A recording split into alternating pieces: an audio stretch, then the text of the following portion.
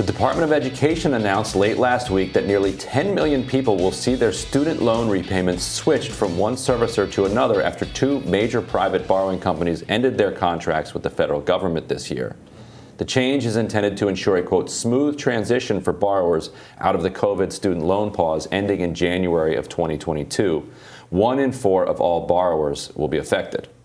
This restructuring comes as the Biden administration quietly debates just exactly how they want to phase student loan payments back in. They've been paused for over a year and a half due to the pandemic.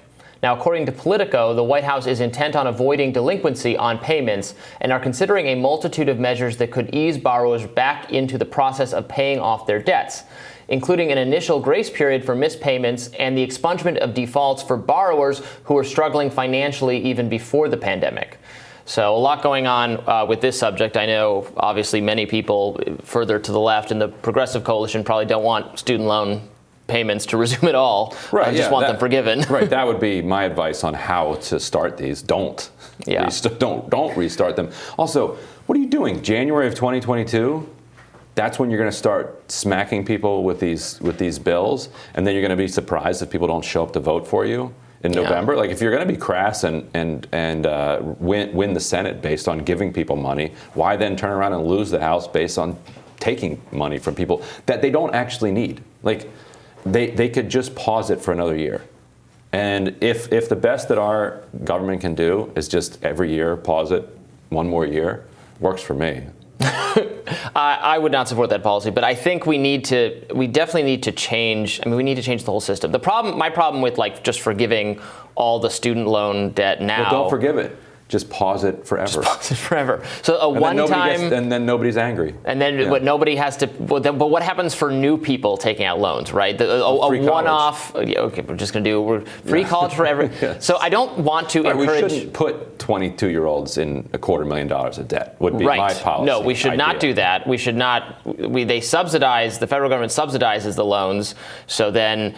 That gives the college every incentive to just raise tuition forever because the student is paying it later. They don't really understand. It's confusing. And tuition has just skyrocketed in part, and possibly in large part. It's debatable how much, but because of the aggressive subsidizing of it and encouraging everyone to do it. I don't think I would rather get to a place where we're not encouraging by explicit government policy. You cannot work, you cannot have value to society until you get your degree or then your master's degree or your PhD. We're delaying the profitable years of people's lives until their 30s. It doesn't make any sense to me. What if we just seized all the endowments? All the Ivy League. This is what Republicans want to do. Yeah, that's right. I love hearing this idea from J.D. Vance type people who are yes, we must stop socialism. We must prevent the takeover of Marxism. To do this, we will seize the endowments of foundations and universities. Seize the means of intellectual production. Right, in order to fight Marxism, because that's what we're trying to accomplish. Fight Marxism. Yeah, that doesn't make a lot of sense. And use that, but you don't even need. That's the funny thing. You don't need to take Harvard's endowment in order to continue to pause to student loans. All you have to do is just write a little memo that says we're pausing this until January 2023 or January 30, 2023.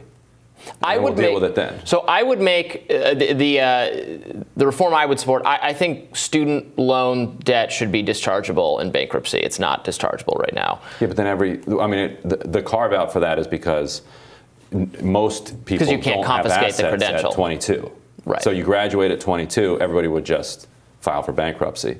So if you're going to do that, I don't think everybody would just file for bankruptcy. A lot of people. Some people would. It's not. There are consequences to going into bankruptcy, right? That makes it harder to get other loans and other things in the future. It does, but if the alternative is this $200,000 burden that you've got on you, right? Now that's more than the average person has.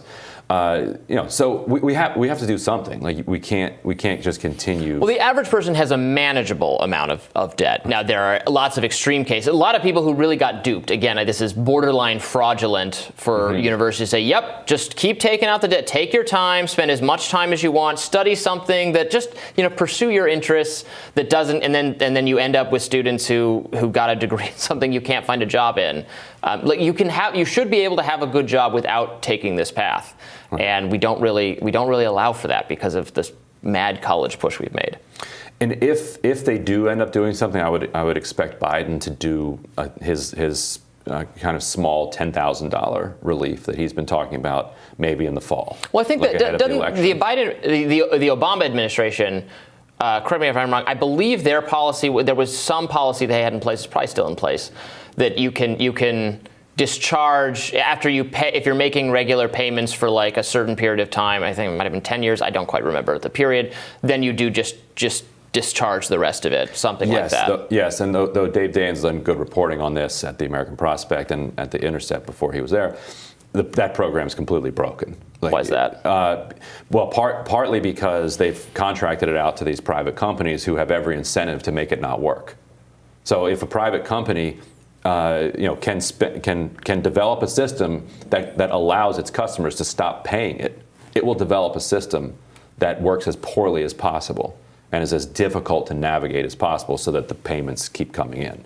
So that's, you don't have an advocate within the Department of Education whose job it is to say, well, you do now. They're finally, after years and years and years of these abuses, taking this seriously. But for many years, you didn't have anybody who was cracking down on these companies.